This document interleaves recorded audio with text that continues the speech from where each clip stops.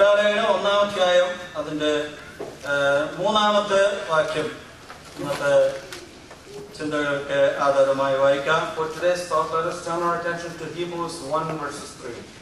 അവന്റെ പേരത്തിന്റെ പ്രഭയും തത്വത്തിന്റെ മുദ്രയും സകലത്തെയും തന്റെ ശക്തിയുള്ള വചനത്താൽ വഹിക്കുന്നവരും അതുകൊണ്ട് പാപങ്ങൾക്ക് പരിഹാരം ഉണ്ടാക്കിയ ശേഷം ഉയരത്തിൽ മഹിമയുടെ വലത്തുഭാഗത്ത് ഇരിക്കുകയും. മതി. ഇന്ന് ഈ വായിച്ചതായ വേദഭാഗത്തു നിന്ന് വളരെ വിപുലമായ ചിന്തകളാണ് ഉള്ളത്. There are very different thoughts that can be taken from the passage that we have read here. എന്നാൽ എല്ലാ ഭാഗത്തും എനിക്ക് കടന്നു ചെല്ലുവാൻ കഴിയുകയില്ല. But we do not have time in front of us to go and visit all these different thoughts. ഞാൻ അതിനകത്തിൽ ഒരു ഭാഗം മാത്രം ചിന്തിപ്പാൻ ആഗ്രഹിക്കുന്നു. But I would just like to take one of those and explain today. അവൻ പാപങ്ങൾക്ക് പരിഹാരം ഉണ്ടാക്കിയ ശേഷം ഉയരത്തിൽ മഹിമയുടെ വലത്തുഭാഗത്ത് ഇരിക്കുന്ന കർത്താവിനെ കുറിച്ചാണ് ഇന്ന് പലകാലം ചിന്തിപ്പാൻ ആഗ്രഹിക്കുന്നത്. And we are going to talk about and think about a Christ who has provided purification for the sins, and he's sitting down at the right hand of the Majesty in heaven. എബ്രായ ലേഖനം എഴുതിയത് പൗലോസ് ആണെന്നാണ് ഭൂരിഭാഗം വേദപണ്ഡിതന്മാർ പറയുന്നത്. Majority of the scholars in the word of the Lord believe that the Hebrews was written by Apostle Paul. ഇത് എഴുതിയത് എബ്രായ വിശ്വാസികൾക്കാണെന്ന് എബ്രായ ലേഖനം എന്ന എഴുത്തിൽ നിന്ന് നമുക്ക് മനസ്സിലാക്കാൻ കഴിയുന്നുണ്ട്. And through the letter we understand this has been written for the believers in Hebrews. എബ്രായ ലേഖനം നമ്മൾ പഠിക്കുമ്പോൾ ഇത് എഴുതിയത് നാളുകളായി വിശ്വാസത്തിൽ കടന്നു വന്ന ദൈവമക്കളോടാണ് എന്ന് പല തെളിവുകളെ നമുക്ക് കാണാൻ കഴിയുന്നുണ്ട്. Also in this letter we see that there have been many proofs that say that this letter was actually written to people who have already come to Christ and believe. ഒരു ഭാഗം മാത്രം ഞാൻ അതിൽ നിന്ന് വായിക്കാൻ ആഗ്രഹിക്കുന്നു. 5-ാം അധ്യായം 12-ാമത്തെ വാക്യം. Let us turn our attention to chapter 5 verses 12. നോക്കിയാൽ ഇപ്പോൾ ഉപദേശകന്മാരായിരിക്കുന്ന നിങ്ങൾക്ക് ദൈവത്തിന്റെ അരുളപ്പാടുകളുടെ ആദ്യ പാഠങ്ങളെ തന്നെ വീണ്ടും ഉപദേശിച്ചു തരുവാൻ ആവശ്യമായിരിക്കും. ഇവിടെ ലേഖനകർത്താവ് പറയുകയാണ്, കാലം നോക്കിയാൽ ഇപ്പോൾ ഉപദേഷ്ടാക്കന്മാരായിരിക്കേണ്ടുന്ന നിങ്ങൾക്ക് ദൈവത്തിന്റെ അരുളപ്പാടുകളുടെ ആദ്യ പാഠങ്ങളെ തന്നെ വീണ്ടും ഉപദേശിച്ചു തരുവാൻ ആവശ്യമായിരിക്കുന്നു എന്ന് പറയുന്നു. And here we read that the author of this letter is saying that you right now ought to be teachers, but right now you're in a condition where you need to go back to the fundamental truths of God's word all over again. എന്നിട്ട് ഒരു ഭാഗം കൂടെ പറയുകയാണ്, And he says one more thing. നിങ്ങൾക്ക് കട്ടിയായിട്ടുള്ള ആഹാരം അല്ല പാലത്ത് നിങ്ങൾക്ക് ആവശ്യമായി വന്നിരിക്കുന്നു എന്ന് പറയുന്നു. And he also reminds them that it is not solid food that they need milk. എന്ന് വെച്ചാൽ നാളുകളായി വിശ്വാസത്തിൽ കടന്നു വന്നുവെങ്കിൽ തന്നെയും നിങ്ങൾ ആത്മീയമായി ഇതുവരെയും വളർന്നില്ല എന്നാണ് ഇവിടെ പറയുന്നത്. So what that means is that they've been in faith for some time, but they have not grown spiritually.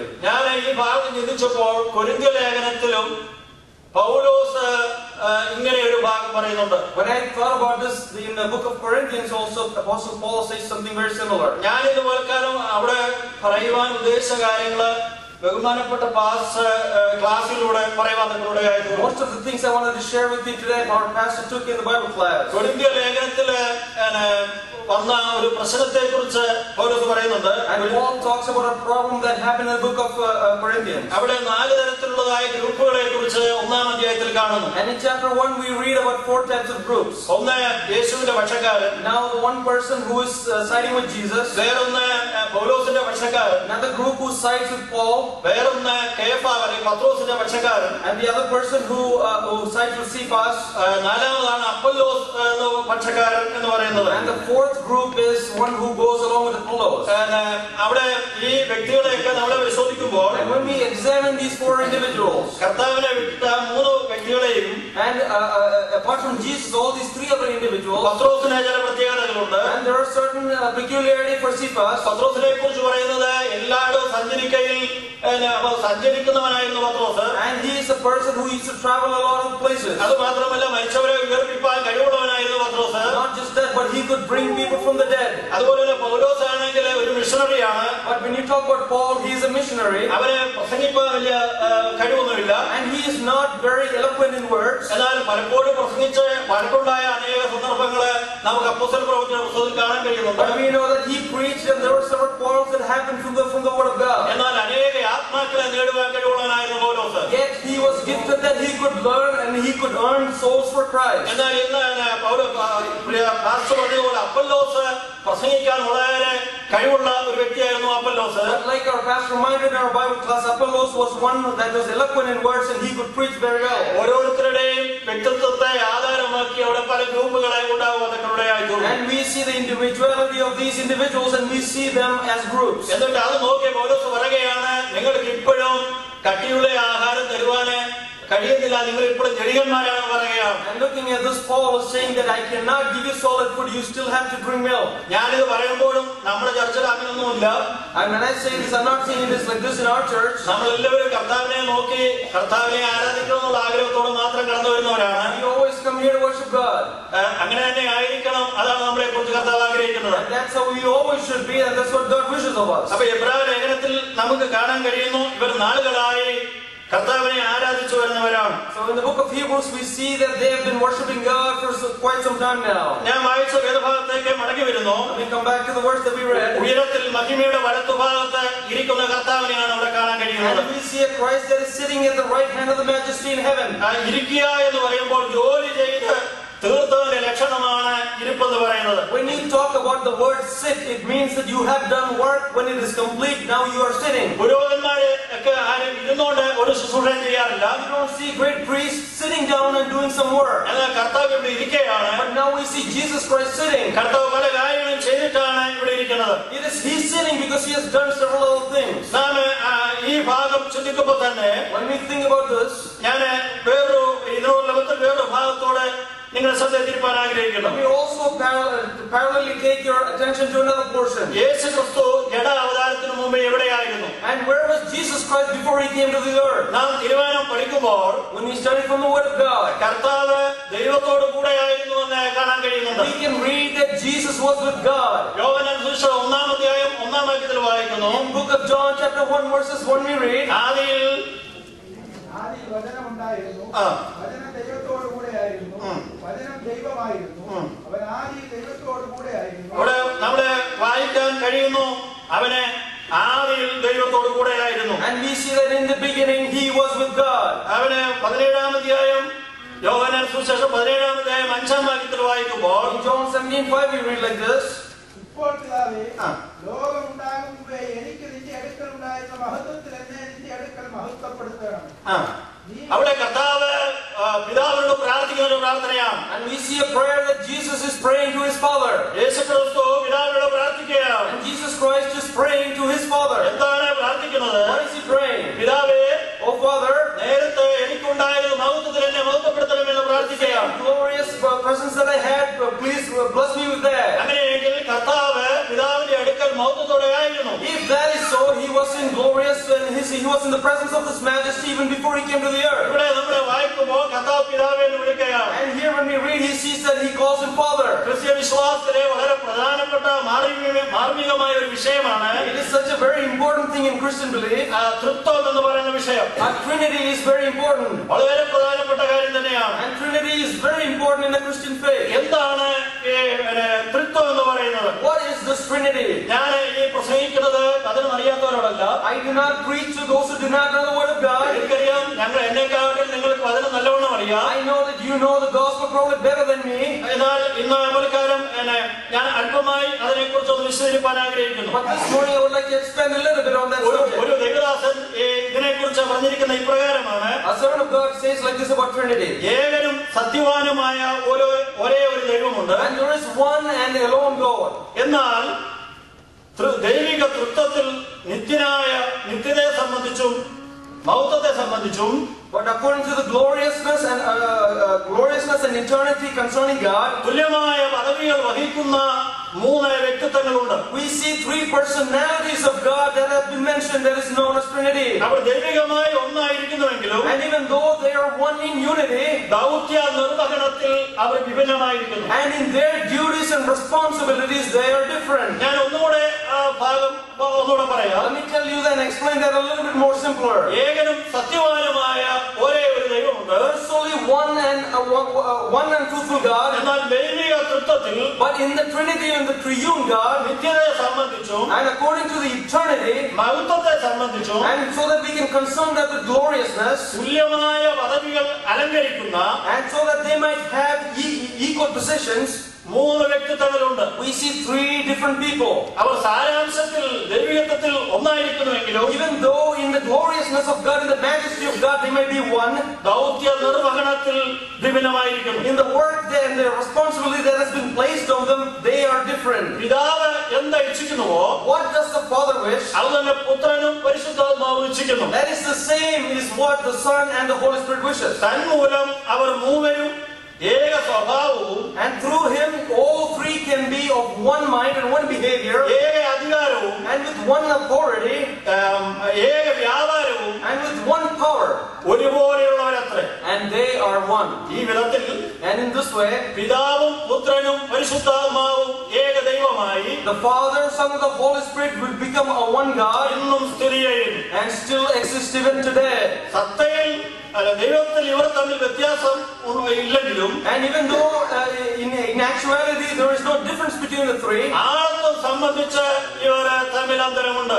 there is separation with the individuality that they have. പിതൃത്വം പിതാവിന് മാത്രമുള്ള സ്വഭാവവും The father figure is a figure that can only have based on the behavior or based on the status that he has. പുത്രത്വം എന്ന് പറയുന്നത് പുത്രന്റെ മാത്രം സവിശേഷതയും Being called son is a title that is given to only one who is a son. സൃഷ്ടിപ്പിൽ വ്യാപരിച്ച് ദൈവത്തെ അറിയുന്നതിൽ മനുഷ്യരെയൊക്കെ സഹായിക്കുന്ന പരിശുദ്ധാത്മാവിന്റെ സവിശേഷത അവന് മാത്രമുള്ളതാണ്. And the last person, which is the Holy Spirit, which has been given to him because of his responsibility to help mankind, that is why he is being called as the Holy Spirit. യോഹന്നാൻ സുവിശേഷം 10-ാം അധ്യായം 30-ാം വാക്യം ഒന്ന് വായിക്കാം. When we read from John chapter 10 verses 30,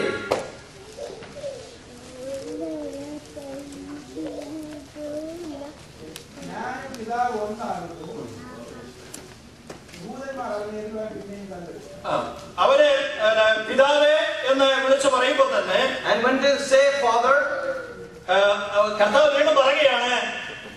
അതിന്റെ full ഭാഗം വായിച്ചു 29-ാം വാക്യം. അവയെ തന്നിരിക്കുന്ന എന്റെ പിതാവ് എല്ലാവരിലും വലിയവൻ. എന്റെ പിതാവിന്റെ കയ്യിൽ നിന്ന് പിടിച്ചു വലിപ്പാൻ ആർക്കും കഴിയുകയില്ല. ഞാനും പിതാവ് ഒന്നാകും. ഇവിടെ കർത്താവ് പറയുകയാണ് എന്റെ പിതാവ് വലിയവനാണെന്ന് പറയുന്നു. Jesus says that my Father is a great man. എന്നിട്ട് പറയുകയാണ് ഞാനും പിതാവും ഒന്നാണെന്ന് പറയുന്നു. And he also says that me and the Father is one. Okay, ഇവിടെ പറയുകയാണ് ഞങ്ങളുടെ സാരാംശത്തിൽ ഒന്നാണ്. And we say that even though in actuality we are one, എന്നാൽ ഞങ്ങൾ ഒരു വ്യക്തിയല്ല. yet at the same time we are not the same person. ഈ വാക്യത്തിൽ വളരെ വ്യക്തമായി പറയുന്ന ഭാഗം ഇതാണ്. It is what is very clear in this verse is this. ഈ ഇതിനോടുള്ള ബന്ധത്തിലാണ് ഫിലിപ്പോസ് കർത്താവിനോട് ചെന്ന് ചോദിക്കുകയാണ്. And this is why Philip goes to Jesus Christ and asks, കർത്താവേ, നീ പിതാവേ പിതാവേ എന്നൊക്കെ പ്രാർത്ഥിക്കുന്നുണ്ട്. Lord, you always pray Father, Father. ഞങ്ങൾക്ക് ഈ പിതാവിനെ ഒന്ന് കാണിച്ചു തരണം. Can you show us this Father whom you pray to? അപ്പോൾ കർത്താവ് പറയുകയാണ്, ഇത്രയും നാളും ഞാൻ നിങ്ങളുടെ കൂടെ ഇരുന്നിട്ടും എന്നെ അറിയുന്നില്ലയോ? And it says that I have been with you for so long, don't you know me? ഞാനും പിതാവും ഒന്നാകുന്നു, എന്നെ കണ്ടവൻ പിതാവിനെ കണ്ടിരിക്കുന്നു എന്ന് കർത്താവ് പറയുകയാണ്. Me and the Father are one and the same. If you have seen me, you have seen the Father. ഞാൻ ഇതിനെക്കുറിച്ച് പ്രകൃതിയോടുള്ള ബന്ധത്തിൽ ഒന്ന് വിശദീകരിക്കാൻ ആഗ്രഹിക്കുന്നു. And I started understanding this from the nature. നമുക്കറിയാം സൂര്യനെ. We know the sun. സൂര്യൻ നമ്മൾ കാണുന്നു. We see the sun. സൂര്യന് ചൂടുണ്ട്, പ്രകാശമുണ്ട്. We know that it has heat, it has light. സൂര്യൻ എന്ന് പറയുമ്പോൾ പ്രകാശമാണെന്ന് ചോദിച്ച പ്രകാശം മാത്രമല്ല. And if you ask what is sun, it is not just light. ചൂടാണെന്ന് ചോദിച്ചാൽ ചൂട് മാത്രമല്ല. If you're going to say if it is just hot, it is not just hot. ഇത് മൂന്നും കൂടെ ചേർന്നതാണ് സൂര്യൻ എന്ന് പറയുന്നത്. And all three is combined together is what is known as the sun. നമുക്ക് ജലത്തെ നമ്മൾ എടുക്കുമ്പോൾ, വെള്ളത്തെ നമ്മൾ എടുക്കുമ്പോൾ, you take the water, ജലത്തിന് മൂന്ന് അവസ്ഥകളെ നമുക്ക് കാണാൻ കഴിയുന്നുണ്ട്. you can see the three states of water. വെള്ളം ദ്രാവകമുണ്ട്. And you know that water exists as water.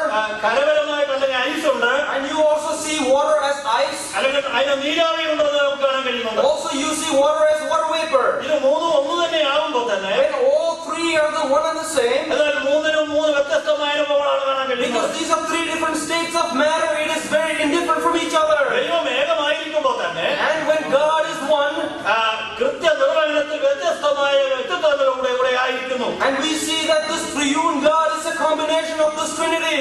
ഞാൻ ഇതിനോടൊപ്പം കൂടുതൽ വിശദീകരിക്കാൻ ആഗ്രഹിക്കുന്നില്ല. I do not want to go further in this ഇത് subject. വളരെ നിസ്സാരമായ ഒരു സബ്ജക്ട് തന്നെയാണ്. This is a very vast subject to speak from. എന്നാൽ എന്റെ പ്രസംഗം മുന്നോട്ട് കൊണ്ടുപോകണമല്ലോ, അതുകൊണ്ട് ഞാൻ ആ ഭാഗം ഇവിടെ വിടുവാൻ ആഗ്രഹിക്കുന്നു. But let me go forward very quickly.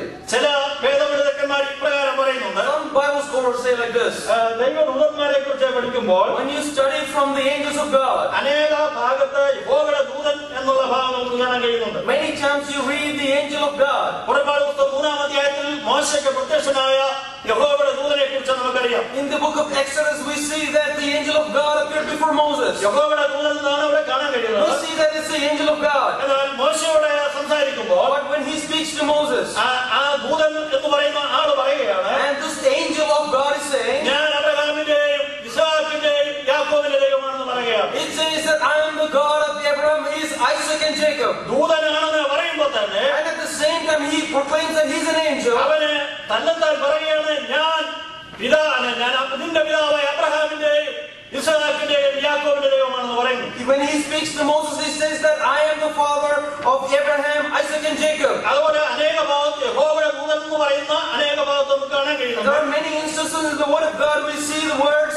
the angel of God. മനോഹയ്ക്ക് പ്രത്യക്ഷനായ യഹോവയുടെ ദൂതനുണ്ട്. And we see the angel of God who appeared before Manoah. അതിനുശേഷം ഈ യഹോവയുടെ ദൂതൻ മനോഹ കൊടുത്തതായ യാഗം മണത്തു അല്ലെങ്കിൽ അത് സ്വീകരിച്ചതായിട്ട് നമുക്ക് കാണാൻ കഴിയുന്നുണ്ട്. And we see that Manoah accepted the sacrifice that was given by the angel of God. സാധാരണ ദൂതന്മാർക്ക് ആരാധന സ്വീകരിപ്പാന് യോഗ്യതയില്ലാതിരിക്കുമ്പോൾ And when certain angels cannot accept the sacrifice, ഈ ദൂതന് സ്വീകരിച്ചു വരുമ്പോൾ ദൈവം തന്നെയാണ്. we see that this angel actually accepted his sacrifice. That means it was God himself. അതുകൊണ്ട് ചില വേദപണ്ഡിതന്മാർ പറയുന്നു, So certain scholars say like this. യഹോവയുടെ ദൂതനെന്ന് പ്രത്യക്ഷപ്പെട്ടതെല്ലാം കർത്താവായിരുന്നു എന്ന് ചിലർ പറയുന്നുണ്ട്. Some people say like this, that whenever it is mentioned that the angel of the Lord appeared, it was God himself who appeared. യേശുക്രിസ്തുവിന്റെ അവതാരത്തിന് ശേഷം യഹോവയുടെ ദൂതൻ എന്ന് പറയുന്ന ഒരു ഭാവം കാണുന്നില്ല, അതുകൊണ്ട് ക്രിസ്തുവായിരുന്നു എന്ന് പറയുന്നുണ്ട്. And we see that after Jesus Christ came to this earth, we do not see that term being used again.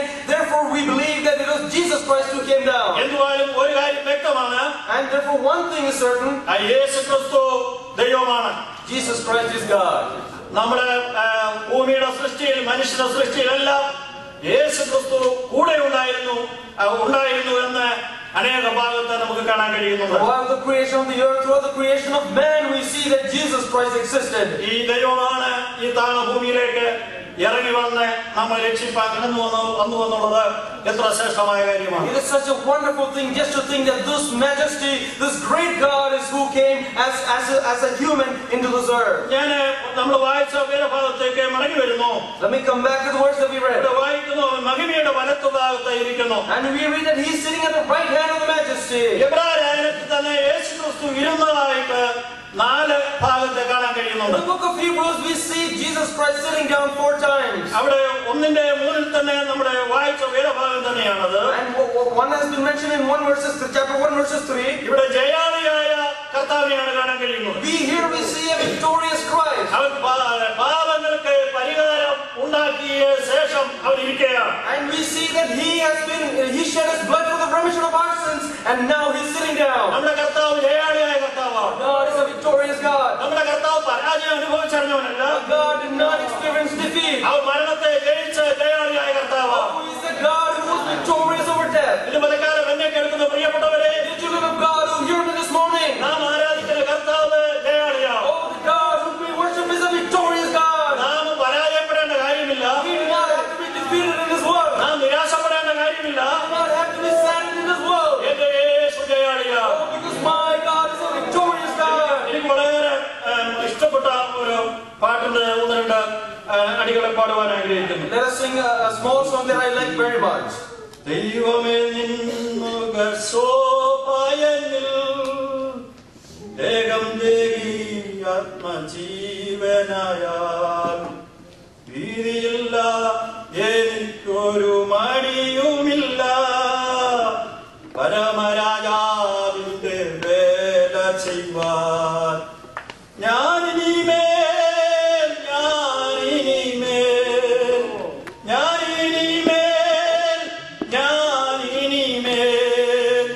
യേശു രാജാവിന്റെ എഴുന്നള്ളത്തിൽ ദൂതുകളായി നടന്നുകൊള്ളാം. ഇനിമേൽ എനിക്കില്ലോ ഭയം.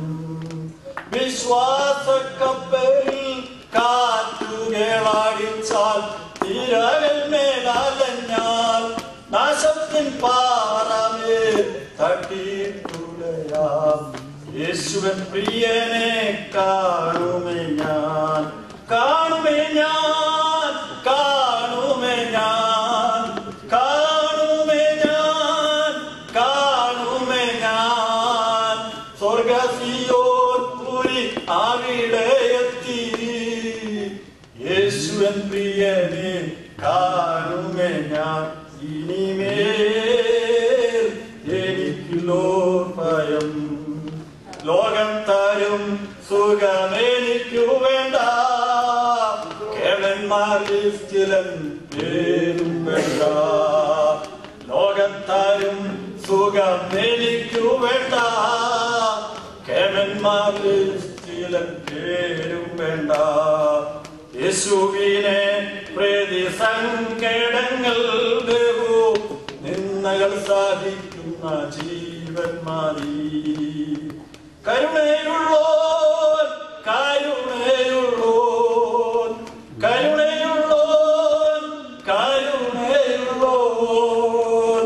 അക്കരെ നിന്നെ വിളിച്ചിടുന്ന പരമവിളി ഓർത്തിട്ടോടുന്നു ഞാൻ. ഇനിമേൽ എനിക്കില്ലോ ഭയം. നമുക്ക് ഭയപ്പെടേണ്ട കാര്യമില്ല, നമ്മുടെ കർത്താവ് ജയാളിയാവും. We do not have to be afraid, our God is a victorious ഇവിടെ God. വായിക്കുന്നു, ജയാളിയായ കർത്താവ് ഇരിക്കുകയാണ്. We see that the victorious God is seated here. 10-ാം അധ്യായം 12-ാം വാക്യം വായിക്കാം. When you read from chapter 10 verses 12. യേശുവോ പാപങ്ങൾക്ക് വേണ്ടി ഏകയാഗം കഴിച്ചിട്ടു എന്നേക്കും ദൈവത്തിന്റെ വലത്തുഭാഗത്ത് ഇരുന്നുകൊണ്ട് തന്റെ ശത്രുക്കൾ തന്റെ പാദപീഠമാകുവോളം കാത്തിരുന്നു. ഇവിടെ വായിക്കുന്നു, പരിപൂർണമായ യാഗം അർപ്പിച്ചിട്ട് യേശു ഇരിക്കുകയാണ്. And we see that he has made a complete sacrifice before he is seated. പുരോഹിതന് എല്ലാ വർഷവും യാഗം അർപ്പിച്ചുകൊണ്ടിരിക്കുമ്പോൾ, When the great man goes in and does the sacrifice every year, എന്നാൽ അതിന്റെ പാപത്തിന് പരിഹാരം വരാതെ ഇരുന്നപ്പോൾ, when there was no remission of sin even after doing that, നമ്മുടെ കർത്താവ് ഈ ഭൂമിയിലേക്ക് വന്ന് പരിപൂർണമായ യാഗം, എന്നേക്കുമുള്ള യാഗം അർപ്പിച്ച് ഇരിക്കുകയാണ്. and our Jesus Christ comes into this earth, makes a complete sacrifice, goes into the majesty, and he is seated. അവനിൽ വിശ്വസിക്കുന്നവന് ഇനി പാപിയല്ല.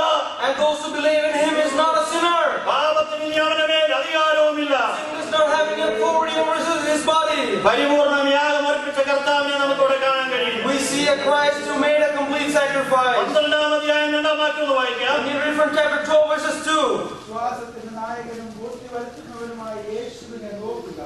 തന്റെ മുമ്പിൽ വെച്ചിരുന്ന സന്തോഷമോർത്ത് അവൻ അപമാനം അലക്ഷ്യമാക്കി ക്രൂശിനെ സഹിക്കുകയും ദൈവസിംഹാസനത്തിന്റെ വലത്തുഭാഗത്ത് ഇരിക്കുകയും ചെയ്തു. ഇവിടെ നമ്മൾ വായിക്കുന്നു, പരിപൂർണമായ മാതൃകയുള്ളവനായി അവൻ ഇരിക്കുകയാണ്. And we see that he was the perfecter of our faith. നമുക്ക് മാതൃക എന്ന് പറയുവാൻ നമ്മുടെ കർത്താവ് മാത്രമേ ഉള്ളൂ. And the perfect person whom we can follow is our Jesus ഈ Christ. ലോകത്തിൽ വിശ്വസിക്കുന്ന പലരും ചിലപ്പോൾ നമുക്ക് ഇഷ്ടമില്ലാത്ത പല കാര്യങ്ങൾ ചെയ്തെന്ന് വന്നേക്കാം. The people that we might believe on this earth might do certain things that we don't like. എന്നാൽ നമുക്ക് നോക്കുവാൻ, മാതൃകയായിട്ട് പറയുവാൻ അവിടെ പൗലോസ് പറയുകയാണ്, യേശുവിനെ നോക്കുക എന്ന് പറയുകയാണ്. And Paul says that there is one person we can idolize in our life, it is Jesus Christ. യേശുക്രിസ്തുവിന്റെ ഇരിപ്പ് 4 കാര്യങ്ങളെയാണ് കാണിക്കുന്നത്. And the scene, when Jesus is sitting down, it shows 4 different things. ഫിലിപ്പിയ ലേഖനം 2-ാം അധ്യായം 11-ാം വാക്യം വായിക്കാം. Philippians chapter 2 verses 11.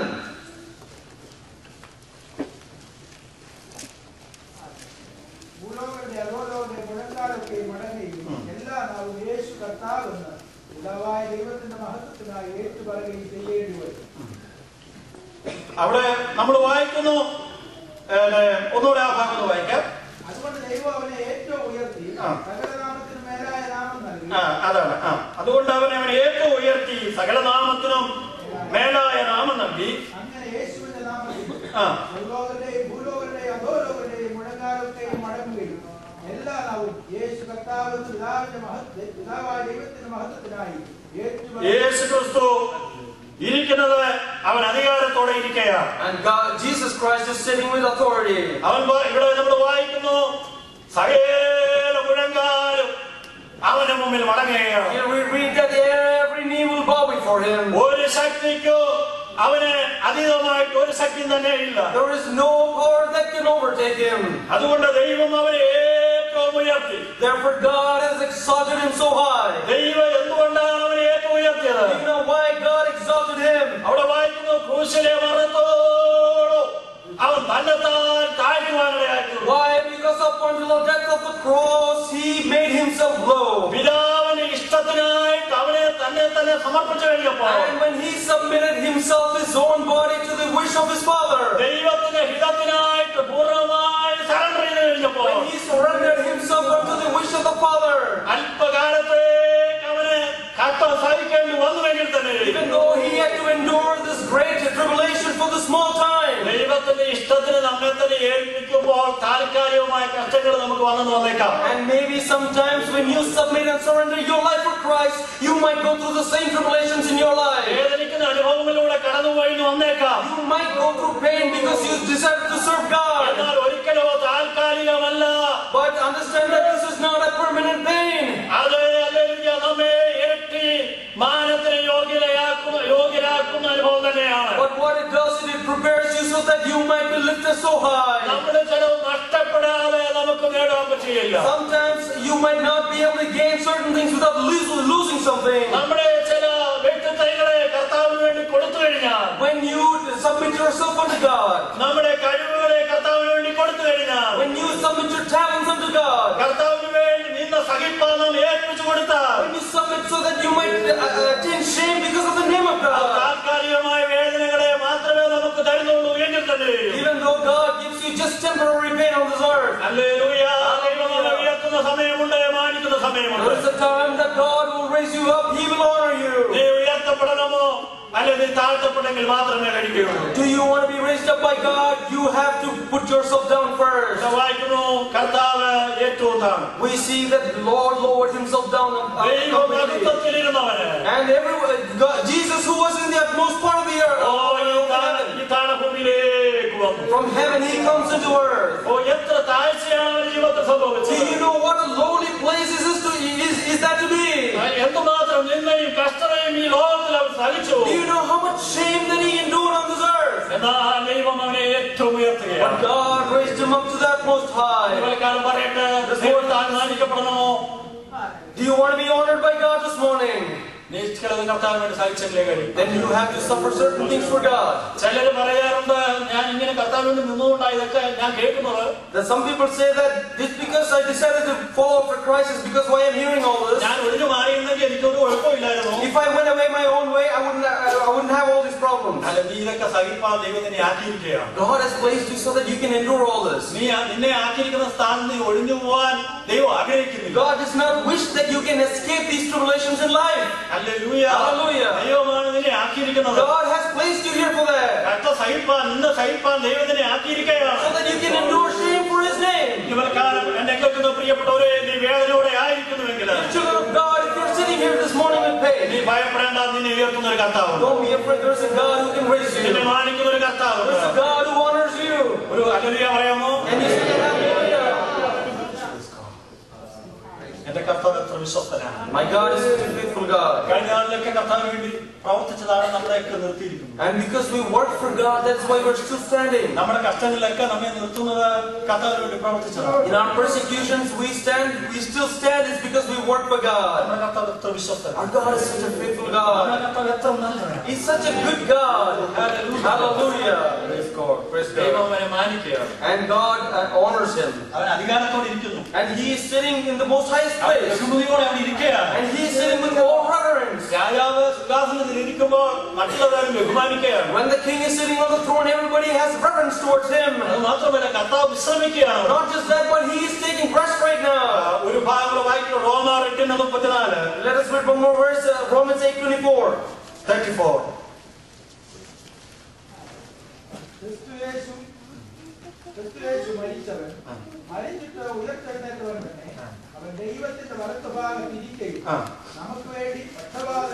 ഇവിടെ കർത്താവ് അവൻ അവിടെ ഇരുന്നുകൊണ്ട് നമുക്ക് വേണ്ടി പക്ഷപാതം. We see that he's not just seated there, but he's interceding to the Father for അവൻ us. അവിടെ ഇരിക്കുക മാത്രമല്ല, He's not just sitting there. അധികാരത്തോടെ ബഹുമാനത്തോടെ ഇരിക്കുക മാത്രമല്ല, He's not sitting there with authority, തന്നിൽ ആശ്രയിക്കുന്നവർക്ക് വേണ്ടി പക്ഷപാതം. but he's interceding for each and every one of us. യേശുക്രിസ്തു ഇരുന്നു എന്ന് പല ഭാഗത്തും കാണുന്നുണ്ട്. Many places we see that Jesus was just sitting, യേശുക്രിസ്തു നിന്ന ഭാഗങ്ങളുണ്ട്. but there are many times when he was standing. അപ്പോസ്തല പ്രവൃത്തി നമ്മൾ വായിക്കുമ്പോൾ When you read from the book of Acts, അതിന്റെ 7:56 കേട്ടപ്പോൾ അവർ മോഹപരവശരായി അവന്റെ നേരെ പല്ല് കടിച്ചു. അവനെ പരിശുദ്ധാത്മാവ് നിറഞ്ഞവനായി സ്വർഗ്ഗത്തിലേക്ക് ഉറ്റുനോക്കി ദൈവമഹത്വവും ദൈവത്തിന്റെ വലത്തുഭാഗത്ത് യേശു നിൽക്കുന്നതും കണ്ടു. ഇവിടെ നോക്കുക, കഷ്ടതയുടെ സമയത്ത് രക്തസാക്ഷി സമ്മതിപ്പാൻ പോയപ്പോൾ ഇരുന്ന കർത്താവ് എഴുന്നേറ്റ് നിൽക്കുകയാണ്. and here we see that at the time of the trouble, at the time there was a persecution going on, at the time there was in the midst of a need, we see Jesus Christ who stands up as an answer. ഭക്തനെ നോക്കുമ്പോൾ ദർശനം കാണുകയാണ്. And you see this great man, he's looking into heaven and he's seeing a great vision. ഓ പിതാവിന്റെ വലത്തുഭാഗത്ത് എഴുന്നേറ്റ് നിൽക്കുകയാണ്, നോക്കുകയാണ് എന്റെ ഭക്തൻ എന്ത് സംഭവിക്കാൻ പോകുന്നു. And he's standing at the right hand of God. He's looking down to find what's going to happen to my dear man of God. അവൻ മരിക്കാൻ പോകുമ്പോൾ അവനെ സഹായിപ്പാൻ, And when he's about to die, just to help him. ഞാൻ വിചാരിക്കുന്നു അവനെ സ്വീകരിപ്പാൻ വേണ്ടി എഴുന്നേറ്റ് നിൽക്കുകയാണ്. And I also believe that probably he's getting up and he's standing there to receive Stephen. സാധാരണ ദൂതന്മാരാണ് മരിക്കുന്ന വിശുദ്ധന്മാരെ സ്വീകരിച്ചുകൊണ്ട് പോകുന്നത്. It is usually the angels who receive those who are dead. എന്നാൽ തന്റെ ഭക്തനെ മരിച്ചപ്പോ മരിക്കാൻ പോകുമ്പോൾ But when Stephen was being stoned to death, കർത്താവ് എഴുന്നേറ്റ് നിൽക്കുകയാണ്. Jesus Christ is standing up. അവന് മൗനമായിരിക്കുന്നവനല്ല. He is not a God who sits silently. നമ്മുടെ കർത്താവ് നമ്മളെ അറിയാത്തവനാണ്. God knows each and every one of us. നമ്മളെ അറിയുന്ന കർത്താവ്. He knows each and every one of us. He is a God who sees our life. അവസ്ഥകളെല്ലാം അറിയുന്ന He കർത്താവ്. knows our situations.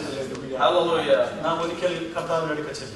Once we will go into Christ. അങ്ങോട്ട് ചേർന്ന് നിൽക്കും. Oh, we will stand right next to അവനെ him. നമ്മൾ ചുംബിക്കും. And we will kiss him. നമ്മുടെ കണ്ണിലെ കണ്ണുനീരെല്ലാം അവൻ തുടച്ചു He'll കളയും. take away the tears from our eyes. കർത്താവിനോട് നിൽപ്പാൻ, ശക്തമായി നിൽപ്പാൻ നമ്മെ ഏൽപ്പിച്ചു കൊടുക്കാം. This morning, let us submit ourselves so that we can stand for Christ.